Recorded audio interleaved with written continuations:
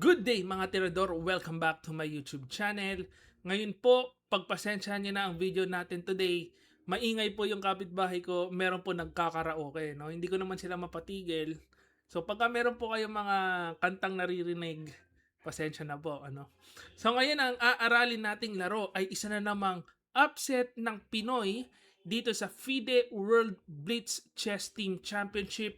Ito po yung laban ni FIDE Master Alikay Nori versus Super Grandmaster Sam Sevian. So ito pong si Sam Sevian, konting background lang. Isa po yung talagang authentic 2700 Super GM. And nakalaban ko na yan sa US dati nung mga 2600 pa lang siya. Talagang malakas mo na GM yan and authentic ang tira niyan. So punta tayo sa ating game. White po si FM Nori and black si GM Sevian. Ito po nag-start with the E4, E5, Knight F3, Knight C6, Bishop C4, Bishop C5, and then pagka C3, Knight F6, D4. Actually, ito po isang linya kung saan napakagulo, pwede nyo pong itira sa rapid and blitz games nyo. Tingnan nyo po yung ginawang super sacrifice and super complicated line ni FM Nori dito. So pagkakain sa D4, nag B4, Bishop B6, E5, D5, so counter attack, no? So inatake dito, counter attack dito, and then pagkakain, Queen E2 check, Bishop E6, and then B5. So right out of the opening, ang gulo na po lahat nung pyesa. Kung papansinin natin, currently 1 pawn down si FM Nori, pero under attack itong knight, under attack itong pawn, and dito nagkakagulo rin sa center. So actually dito marami pong mga different lines, and ang linya ko dito is Knight A5. Ayan, para depensa lang muna dito. Pero kakaiba yung linya na pinasok ni GM Sevian. Talagang prepared line din with the brilliant move of Knight B4. So ayan po, pinakain. Pagka kumain ka, at yan po ang nangyari, merong dalawang malakas na pass pawn for black. So nag queen takes F6, A4, D3, so discovered attack. Kaya ngayon na forced mag queen B2 si FM Alikay, and dito po meron lang nag-iisang move ang black to maintain equality, meron pang slight advantage. So pwede ko po kayong bibigyan ko po kayo ng 5 seconds, try nyo pong hanapin yung iisang brilliant move ng black, paano ma-maintain ang equality. Ayan, so dito po, ang only move ng black, brilliant move talaga ito, is D4, D2, check. Ayan, so pagka D2, kung titignan natin, 1, 2, 3, 4, 5. 5 pyesa ang pwedeng kumain sa pawn, pero lahat po yan, tagilid ang puti. Bakit? Unahin natin, no? Unahin natin ang queen. Pag queen ang pinangkain, bitin ang rook sa A1. Kapag knight ang pinangkain, and ito na po yung actually ang best move ng white, no? Merong fork. So mababawi na yung binigay na pyesa, and ngayon pag knight E4, papakita ko ang engine line, queen takes F3, GF3, and then dito pwedeng mag-castling queenside.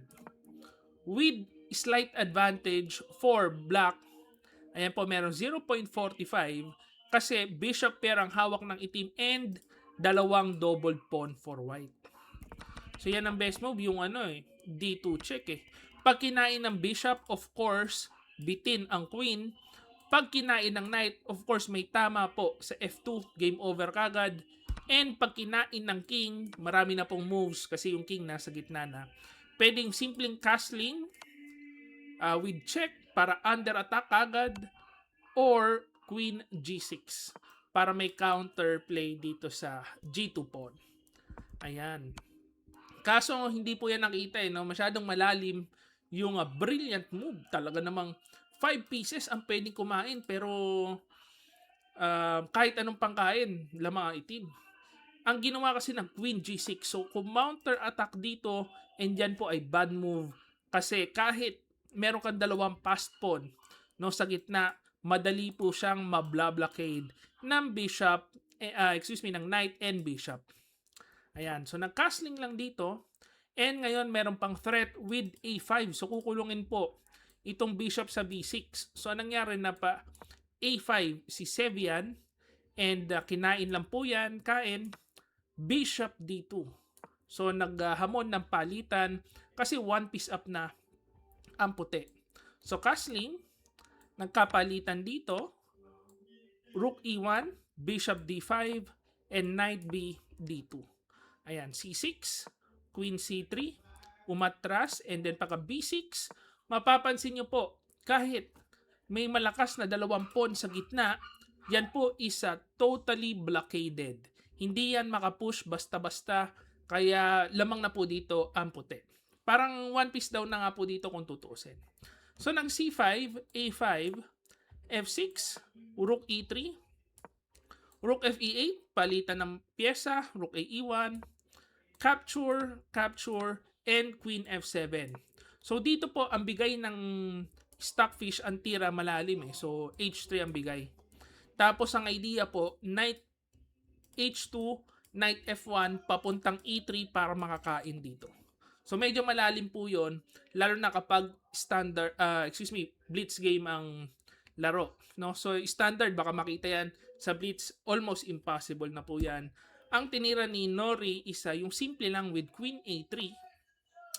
And ito po binigyan ng question mark kasi hindi niyan pwedeng kainin. No? Pagka kinain yan, makaka-rook C8 tapos makaka-C3. So halimbawa, queen D7, pag kinain po yan, gaganon. And then capture, capture, C3. Ayan. And mag-pro-promote yan. So ibalik natin. Ito po, nag-blunder din si Sevian, nag-rook C8. Dinipensahan kasi yung pawn. Kaya ngayon naka-knight B1, H5, knight C3, queen D7, and then knight D2. So talagang total blockade na po yung mga pawns ng itim. Ayan, so nag-bishop F7. Since blockaded na ito, pwede nang gumawa ng pass pawn with A6, capture, rook B8, rook E1, queen D4, and rook C1. So ninipensahan lang yung knight. Queen F4, rook D1, another defense. So nag H4, and then queen A7, H3, talagang gumagawa ng counterplay sa king side. Pero pagka G3, queen E5, rook C1, hindi makapunta sa long diagonal yung queen, no? Controlled ng mga knight. Ayan, no? Para sana maka-checkmate. So nag-rook E8, B7, ito na yung papatay, yung pass pawn sa gilid. Bishop D5, kinain yung C5, libre. So pagkakain, capture, FE5, and ngayon knight takes C4. Dito po lumilinaw na yung game kung saan one piece down, buong buo ang itim. So rook C8, knight D2, E4, knight A2, and then pagka rook A8, knight B4, rook A4, rook B1. Ayan, blockaded na dito, tapos nakaka-recover na yung mga pyesa.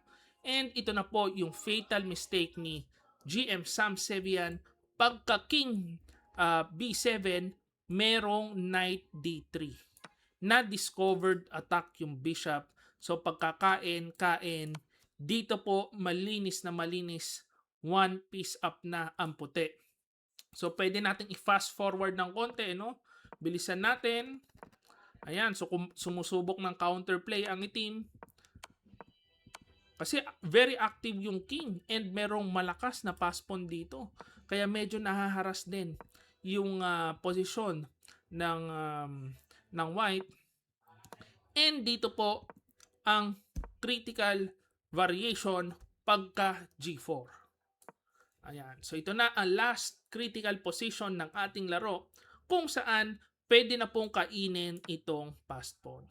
Ayan. Pag kinain niya, kain, meron kasing move na F4, hindi na po yan mapipigil. Pagka nag-en passant, meron namang G4, ito rin hindi na mapipigil hanggang mag-queen. Kaso, ang ginawa is pagka G4, hindi po kinain, nag-knight E5, and dito may malakas na move sana ang black with rook A4 para depensa lang. And ngayon, itong king C2 hindi na po mapigil yan. So halimbawa, mag king E2 ka dyan, merong rook E4, and matatalo ka pa. So ang mangyayari dyan is F3, king C2, capture, and then knight takes G4. Dito mauuwi sa tabla ang ating laro. Ayan. Kaso hindi po yan nakita.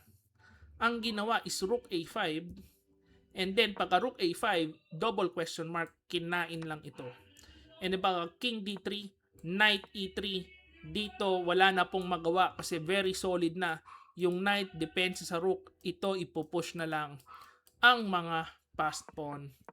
And dyan na po natin makikita ang napakalupit na upset. Tinalo po ni FM Alikay Nori si Grandmaster Sam Sevian. And dyan po talaga napakahirap tumalo ng isang 2700 Super GM. Actually ako, hindi pa po ako nakakatalo ng 2700 Super GM. Hanggang tabla lang. No? Ito, nakapanalo si FM Nori. Kaya, ang laking upset po nito. No? And kung papansin nyo, kahit yung mga players natin, ang rating is 2200. Talaga pong nakakasabay sa mga Super GMs ng ibang bansa. Kailangan lang talaga ng tamang exposure. Yan po ang pinaka-importante dyan. Pagka naka-exposure ang mga Pinoy Masters, ako naniniwala, kaya-kaya po nating sabayan yung mga Super GMs ng ibang bansa. So yan po ang ating video for today. And pasensya na po, medyo maingay ang ating background kung naririnig niyo yung mga nagkakaraoke. Ganun talaga, no? At kung na-enjoy nyo po yan, please like this video and subscribe to my YouTube channel. See you again next video.